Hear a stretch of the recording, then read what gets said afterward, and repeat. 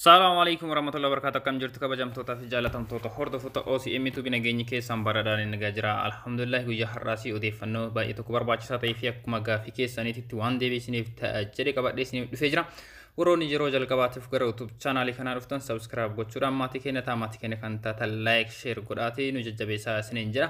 Odeeffannoon kun nama hunda barbaachisa waan ta'eef hiriyoota keessan biraan share godhaa. Haarawaa gara kana kan dhuftan ammoo subscribe gochuu hin dagatina. Akkuma beekamu YouTube chaanaalii kanarratti odeeffannoowwan garagaraa haala yeroo irratti hundaan akkasumas warroonni biyya ormaatii tan biyya keenya keessatti mana ijaarrachuu barbaadan akkasumas meeshaalee biyya keenya keessatti bitachuu fi biyya alaatti galfachuu barbaadan odeeffannoo kanaa fi kan kana fakkaatan yeroo dheeraaf isin biraan ga'an turuun keenya ni yaadatama jechaadha. Kana qofa osoo hin taane ammas dabalatee akkasumas gara fuulduraatti odeeffannoo kanaaf kana fakkaatan isin biraan gahuudhaaf qophii keenya xumurree jirra. Guyyaa har'aa akkuma jalqabarratti kaasuuf isin yaaletti mana luukii 91 kan ammoo mana kutaa 4 qabu akkasumas keessi isaa saaloonii meetira 6 bal'atuu fi akkasumas kutaa bultii keessa shaaworii fi mana fincaan kan qabu isin biraan gahaa gatii isaa kan meeqaan jalqabne meeqaan xumuruu akka dandeenyu akkasumas ammoo qarshii meeqa yoo qabaanne mana kana ijaaruu akka dandeenyu fi yoom jalqabne yoom xumuruu akka dandeenyu kanaaf kan kana fakkaatan odeeffannoo isaa bal'inaan isin biraan gaa viidiyoon gabaabaa waan ta'eef hamma xumura qophii keenyaatti nu wajjin turaan affeerraa kenna.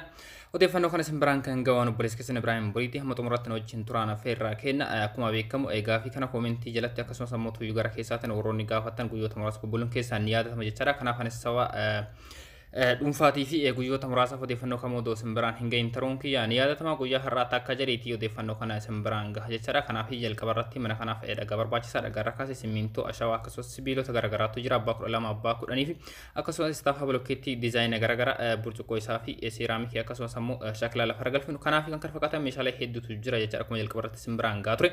Kanaaf gatii isaa tokko isaa isin biraan gaha akkasumas meeshaaleen kunniin yeroo kana gabaa irratti bitachuudhaaf meeqaan akka argaman isin biraan gaha jechaadha. Egaa jalqabarratti akkuma isiniif kaasuuf yaaletti manicha kana ijaaruuf manichi kun keessi isaa kaarii 138 kan ammoo alarraan kutaa 4 kan qabu akkasumas keessa manaatitti saaloonni isaa meetira 6 kan bal'adhe kan dheeratuu fi bal'inni isaa meetira 5 kan ta'e akkasumas kutaa bultii keessa mana fincaanii fi shaaworii kan qabu diizaayina kanaan kan dalagame jechuudha. Egaa manicha kanaaf dhagaa meetiri kubii 69 hamma 70 isin gaafata. Yeroo kana gabaa irratti dhagicha kana bituudhaaf qarshii 25,000 qopheessinaan isiniif gahuu ni danda'a jechuudha. Diizaayina akkama suuraa irratti argaa jirtan kanaa fi kan kana fakkaatan akkuma immoo kan kanaan addas ijaaruudhaaf qarshii kanaan ijaaruu ni dandeettan. Walii galatti xumuraa irratti qarshii meeqa humna namaatiif akka baafnu meeshaadhaaf bittaaf qarshii meeqa akka gaafatu walumaa galatti qarshii meeqaan xumuruu akka dandeenyus isin biraan gaha jechuudha. Egaa dhagaa manicha kanaaf ga'u qarshii 25,000 qopheessinaan nuuf gahuu ni danda'a jechuudha. Manicha kanaaf simintoo lafa isaarra liishoo galchuuf akkasumas keessaa fi ala isaarra uffisuu fi qarshii kuntaala 138 nu gaafata. Yeroo kana qarshii 600 argama jechuudha. Qarshii 30,000 qarshii 83 qopheessinaan simintoo manicha kanaaf ga'u bituu kan ammoo qopheessuu ni dandeenya jechuudha. Asumaan dabalataan simintoo yeroo kana gabaa irratti 450 hamma 600 700 fi 750 sadarkaa garaagaraatiin argama. Kanaaf akka barbaadnu kan iddoo barbaaddan argachuu dhabuu dandeettanii iddoo tokkotti galmooftanii ija tokkotti kan isin dhufuu fi torbeetti kan dhufu akkasumas harka irratti bitachuu kan dandeettan qarshii 800 yookaan ammoo 750 akkasitti harka irratti guyyaa kana barbaaddan guyyaa barbaadan keessatti argachuu ni dandeettan. Inni kun ammoo torbeetti kan argachuu dandeettan qarshii 600 galmooftanii bitachuu ni dandeettan jechuudha. Baay'ee kan turuu miti. Manichi kun ala isaarraan seefti taankarii meetira 6 dheeratuu fi bal'inni isaa meetira 3 ta'e qaba. Walumaa galatti seefti taankarii 30 dalagame qaba jechuudha. Egaa haala kanaan ijaartanii jettan qarshii hamma isiniin jedhu kanaan xumuruu ni dandeettan jechuudha. Kanaaf simintoo manicha kanaaf ga'u qarshii 83 qopheessuu ni dandeenya yookaan ammoo kuntaala 138 yoo binne nuuf gahuu ni danda'a jechuudha. Ittaansuudhaan ashawaa manicha kanaaf ga'u makiinaa siinootiraakii 3 yoo binne qarshii 5,000 jira. Yeroo kana gabaa irratti tokkicha walumaa galatti qarshii 30 binnaan nuuf gahuu ni danda'a jechuudha. Egaa haaluma kana fakkaatu manicha kana sibiila barbaachisa kan ammoo feerru gosa garagaraatu jira. Abbaa 10 fi abbaa 12 jira. Istaafaan jira. Kanas isin biraan gaha jechaadha. Abbaa 10 beergaa 60 yoo binne nuuf gahuu ni danda'a. Abbaa 12 beergaa 39 bituu ni dandeenya jechaadha. Walumaa galatti abbaa 12 ta'e abbaa 10 walumaa galatti qarshii 50,000 bituu ni dandeenya yookaan immoo qarshii 50,000 nu gaafachuu ni danda'a jechaadha.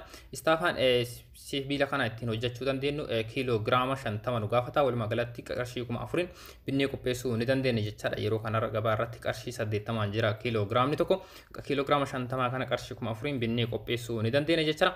Egaa haaluma isa fakkaatuun bolkeetti manicha kanaan ijaaru sadarkaa lamatu jira. Afoo isaa irratti karvii kan ta'e abbaa qarshii 30 akkasumas noormaalii kan seentimeetira سنتيمتر كل عشان كان تك أرشي سجالين بيتو كان دندينو جرا يجرا نورمالي كان توكو ساك أرشي سجالين كان بيتا مكان ما أبا سنتيمتر كل عشان كان كم أفرو دبشان يوشان تما يساق بيسنا نوكو هوني دندا إذا كان جام أرشي توجي جرو توكو ساق بارات يرو كان مقالة هدو كيسة أرشي سجالين جرا أرشي كما أفرو تمي توكون بينا نوكو هوني دندا يجرا تانسوران بلوكيتي كاربي بلوك كان جرا متجرا بلوكين كاربين كوني لاكوساتي إسا ساديت مشان نوغافتا أفو إسا أرت كوفا كان فايدام نوانتي بيجرا توكو ساك أرشي صدو منجرا والمقالة qarshii kuma lamaaf dhibba shanii shantaman nu gahuu ni danda'a jechuudha.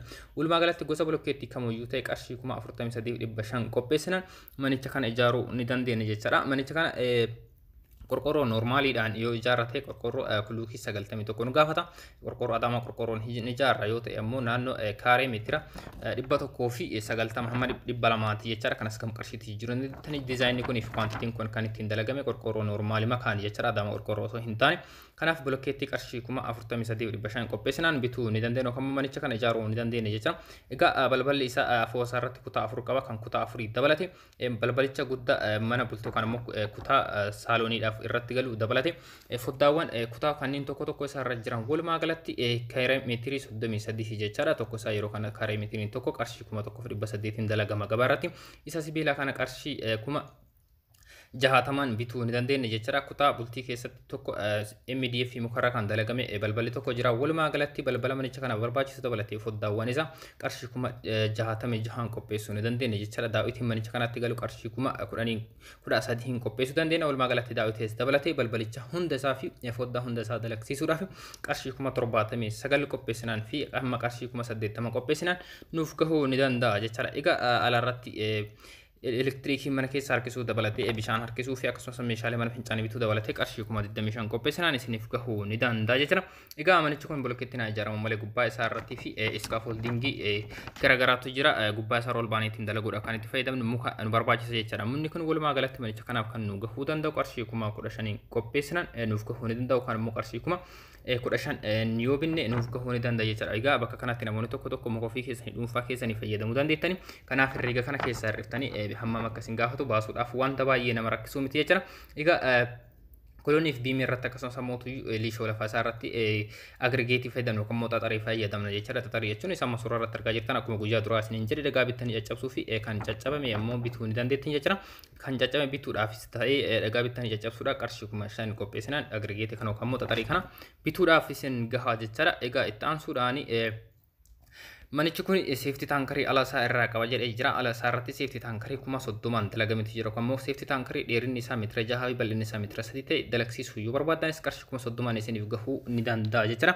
Kanas haalata kamiin akka kwantitiin isaa kan immoo herreegni isaa itti hojjetamu viidiyoo itti aanu irratti qabadhee isiniif dhiyaadha. Walumaa galatti safety tankerii hamma kana bal'atu qarshii kuma 30 hojjisiisuu ni dandeettan jechuudha. Qonna isaa dabalatee sibiilota abbaa seentimeetira 12tu barbaachisaa isarratti walumaa galatti kanaaf ogeessaaf dabalatee dhagaa simmintuu fi sibiila qarshii kuma 30 qopheessinaan isiniif ni danda'a jechuudha. Safety tankeriin kun itti aansuudhaan qorqorroo luukii 91 isiniin jedhee jira. Yeroo kana gabaa irratti qorqorroo sadarkaa tokkoffaa yookaan immoo jabinni isaa madaalawaa kan ta'e qarshii 290 hamma qarshii 300tiin gurgurama. Kanaaf qorqorroo kana hunda isaa bituudhaaf qarshii 26,400 hamma qarshii 27,tiin bituu ni dandeettan jechuudha. Egaa itti aansuudhaan silent korniisiin isaa jira jechuudha. Korniisii jigsamiidhaan galchuu barbaadan qarshii kuma 34 fi 500 hamma qarshii kuma 35tiin isiniif gahuu kan ammoo dalagsiisuu ni dandeettan jechuudha. Kanaaf sadarkaa tokko lammaffaa barbaadan qarshii 200 kanaa gadi isinii dhufuu danda'a. Kanaaf sadarkaa tokkoffaa kan ta'e intarneet irraa buuftan yookaan ammoo mana firoota keessan kan dalagame irraa laaltanii ofii keessanii filattanii fi isaanis kan filatan isinii galchuudhaan isinii galchuu ni danda'u jechuudha. Kanaaf qarshii kuma 34 fi 500 qopheessina isiniif galchuu kan ammoo dalagsiifachuu ni dandeettan jechuudha. Itti aansuudhaan seeraamikii lafa isaa irratti shakila abbaa seentimeetira 40 50 fi 60tu jira jechuudha. Abbaa seentimeetira 60 kana galchuu barbaadan kaarii 138 keessi manicha kennaa isiniin jedhee jira. Afoo isaa irratti dabalatee hagamma keessa manaatitti qarshii kuma 41 fi 400 galchuu kan ammoo bittanii galchuu ni dandeettan jechuudha. Egaa itti aansuudhaan manichi kun jigsamii girgiddaa dabalatee afoo isaa irratti kwartii chaahii kan jedhan jechuudha. Qarshii kuma 17 qopheessinaanii ijaarsiisuu kan ammoo xumursiisuu ni dandeettan jechuudha. Kanaaf mismaar manicha kan barbaachisu qarshii kuma 2 bittanii xumursiisuu ni dandeettan. Egaa kabajamtoota fi jaalatamtoota hordoftoota keenya odeeffannoo waa'ee mana kanaa irratti isiniif qopheesse kan hangammaa hordofaa jirtan jechuudha. Kanaaf bittaan meeshaalee hangammaa tokko lama jedhee isin biraan gaa turefani iddoo tokkotti yoo deebinu qarshii kuma 59 hamma qarshii kuma 60tiin qarshii 500 fi 10 hamma qarshii 500 fi 9tiin meeshicha kana binnee xumuruu ni dandeenya jechaadha. Kanaaf akka ol keessa sin harkaan dhufne. Kanaaf meeshaalee kanneen keessa kan bituu hin barbaanne yoo jiraatan fakkeenyaaf dhakaa lafa keessan irraa baasuu dandeettani. Muka kan ofii keessanii dhaabatan qopheessuu dandeettani. Kanneen keessa harriftanii kaawwan walitti herreegdanii hammam akkasiin barbaachisus argachuu ni dandeettan jechaadha. Kanaaf bittaa meeshaalee qofa odoo humna ogeessaaf kaffalamu qarshii ogeessaaf kaffalamuutiin dabaleen qarshii 510 yoo qopheessitan manicha kana ijaaruu ni dandeettan jechaadha. Walumaa galatti ogeessi manicha kana nu ijaaru seefti taankarii osoo hin dabalatin ogeessi taankarii hojjetu osoo hin dabalatin ogeessi mana kana jalqaba isaarraa kaasee hamma xumuraatti nu xumuree yookaan immoo nu ijaaruu danda'u qarshii 150 nuuf ijaaruu ni danda'a jechuudha. Yookaan immoo kaffaltii ogeessaatiif qarshii 150 nu gaafata jechuudha. Walumaa galatti qarshii ogeessaaf kaffalamu ta'e bittaa meeshaaleef ta'e manicha kana jalqaba isaarraa hanga xumuraatti mana kutaa alarraan kutaa 4 qabu keessa isaatiin kutaa 1 qabuu fi saaloon isaa meetira jahaadheeratu bal'inni isaa meetira 5 ta'e. Walumaa galatti haala kana fakkaatuun diizaayinii ofii keessanii barbaadanii fi kan amma suurarratti argaa jirtan kanaan hojjisiisuu yoo barbaadan qarshii 660 hamma qarshii 700 qopheessina manicha kana haala kana fakkaatuun bareechitanii ijaartanii xumuruu ni dandeettan jechuudha. Egaa kabajamtoota fi jaalatamtoota hordoftoota keenya odeeffannoo guyyaa har'aa qabadhee isinii dhufe gaafii hedduu keessanii kan ta'e kanuma hanga ammaa san biraan gaa ture. Odeeffannoo biraatiin hamma walitti deebinutti nageenyi keenya bakkuma jirtanitti sinaa qaqqabu ammaa sirra deebuudhaan ooluun yeroo jalqabaatee gara YouTube chaanaalii kanaa dhuftan subscribe gochuu hin dagatinaa.